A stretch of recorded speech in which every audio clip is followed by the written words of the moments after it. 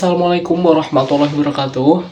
Sebelumnya, perkenalkan nama saya Arvio Radiana Saputra dengan NPM 2320303053.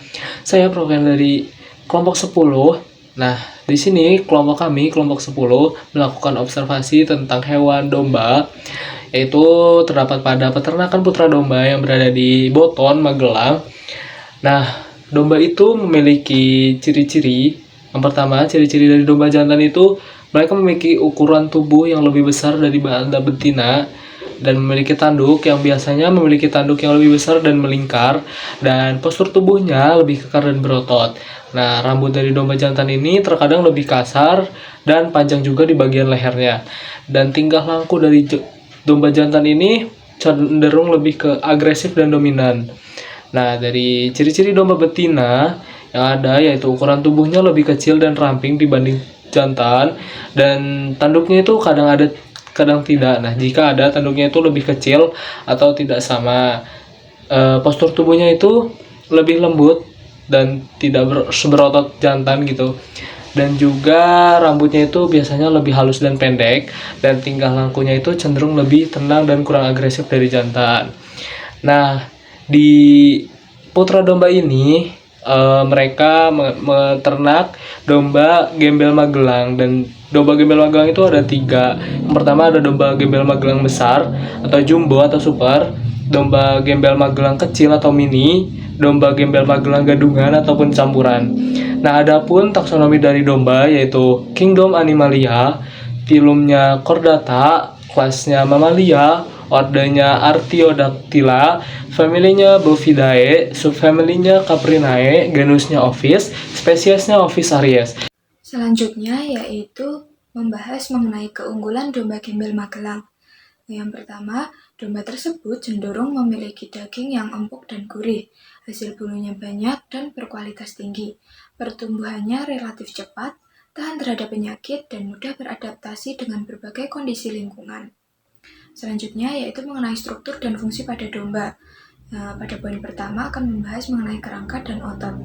Kerangka domba terdiri dari tulang-tulang kuat yang mendukung tubuh dan memungkinkan gerakan. Struktur dasar tubuh domba mencakup tulang belakang, tulang rusuk, dan tungkai. Otot-otot yang melekat pada tulang memungkinkan berbagai gerakan seperti berjalan dan berlari. Struktur kerangka yang kuat mendukung berat tubuh dan memungkinkan mobilitas yang efektif. Yang selanjutnya yaitu sistem pencernaan dari domba. Domba memiliki sistem pencernaan ruminansia yang kompleks dengan 4 bagian utama, yaitu rumen, retikulum, omasum, dan abomasum. Rumen adalah bagian terbesar, tempat fermentasi awal oleh mikroorganisme terjadi. Ini memungkinkan pemecahan serat tanaman menjadi komponen yang dapat dicerna. Selanjutnya yaitu retikulum.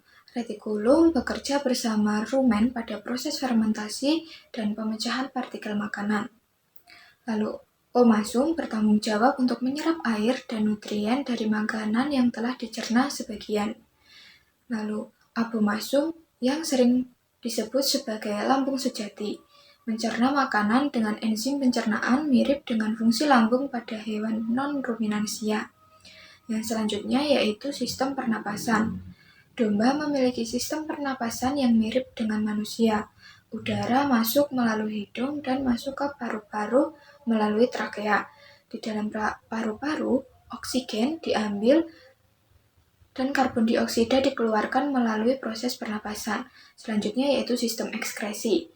Dalam sistem ekskresi, ginjal berperan penting dalam menyaring darah dan menghasilkan urin. Urin mengandung zat-zat sisa dan air yang tidak diperlukan oleh tubuh. Selain ginjal, paru-paru juga berperan dalam sistem ekskresi dengan mengeluarkan karbon dioksida dan uap air hasil dari proses pernafasan. Selanjutnya terdapat sistem peredaran darah pada domba.